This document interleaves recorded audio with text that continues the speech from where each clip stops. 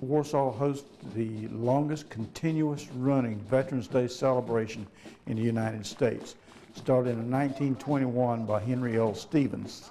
Then it was called Armistice Day, commemorating the end of World War I. In 1954, Congress passed legislation renaming it Veterans Day, honoring American veterans of all wars.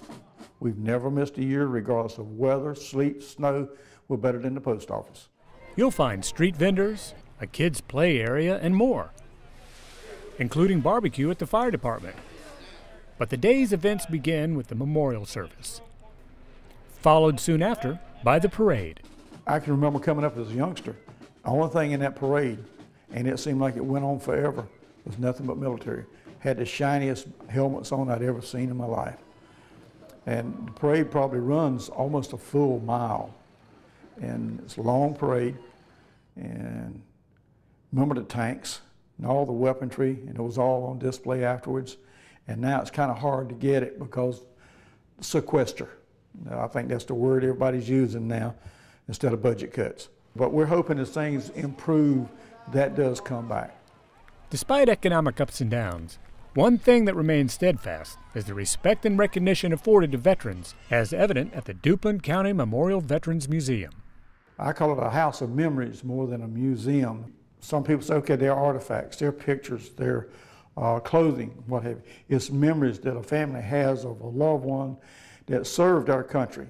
Charles Gavin was killed in 1918, just a few hours before the war ended. So he was the last man killed in Duplin County in World War I. You can be the first one killed from Duplin County. We have that in a memorial upstairs. His family actually donated a cabinet up there with the rifle turned upside down, the bayonet buried in the sand. Everything in here has some type of story behind it. Like that of this photo of Warsaw native Staff Sergeant James Brown of the 44th Bomb Squad, whose plane, the K-Bar, was shot down in World War II. All the K-Bar crew was killed. After the war ended, the German that shot him down's son found the crash site, put a monument up. Every family was presented with a piece of glass out of the windshield of that plane and a copy of a picture of the K-Bar crew. The photographs and artifacts contained within the museum tell the story of our nation's conflicts and the veterans who served in them. And some reveal what folks in the home front experienced. There's 3 telegrams in there. One that says their loved ones were shot down and presumed dead in one country. And the next telegram says, we made a mistake, he was shot down in another country and presumed dead. A few months later, they sent the family another telegram or a letter saying, no, we found your loved one is in the discharge center in New Jersey. While November 11th is the official day to honor our veterans, at the Veterans Museum in Warsaw, every day is Veterans Day. If you were a veteran in Duplin County, born and raised in Duplin County, now live in Duplin County, have connections in Duplin County, we have you in the honor roll. That to me is one of the best way to honor a person, is put his name up to where he can come in and see it. His loved ones can come in and see it. Every picture, every artifact has a story behind it.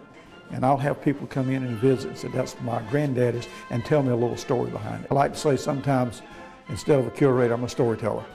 And at the Veterans Museum in Warsaw, there are many stories to hear. This is Derek Long for North Carolina Weekend.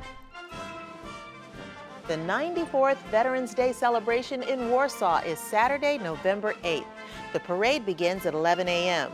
For more information about times and events, go online to townofwarsawNC.com. The Duplin County Veterans Museum is located at 119 East Hill Street and will be open from 1 p.m. to 4 p.m. For more information, call 910-293-2190 or go online to DuplinCountyVeteransMuseum.com.